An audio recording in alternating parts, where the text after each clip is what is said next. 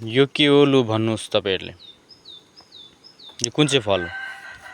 यति मिठो हुन्छ, यति मिठो हुन्छ। यो चाहिँ यसरी फल्छ। ए हेर्नुस् त लटरम्म फल्छ। ल कमेन्ट गर्नुहोस् यो चाहिँ कुन चाहिँ फल हो भनेर। सही कमेन्ट गर्नुहोस् ल। हाम्रो सिक्किममा पाइने सबभन्दा स्पेसियल फ्रुट भन्छ यसलाई, फ्रुट। यहाँ पनि यसको सिजन, फल्ने सिजन हो। अहिले पाकेर झर्दैछ कि यो चाहिँ पाकेर झर्दैछ एकदम। हो यसको बोट यस्तो हुन्छ। यो चाहिँ एकदम फल्छ। यसलाई चाहिँ के भन्छ भनेर कमेन्ट गर्नुहोस्।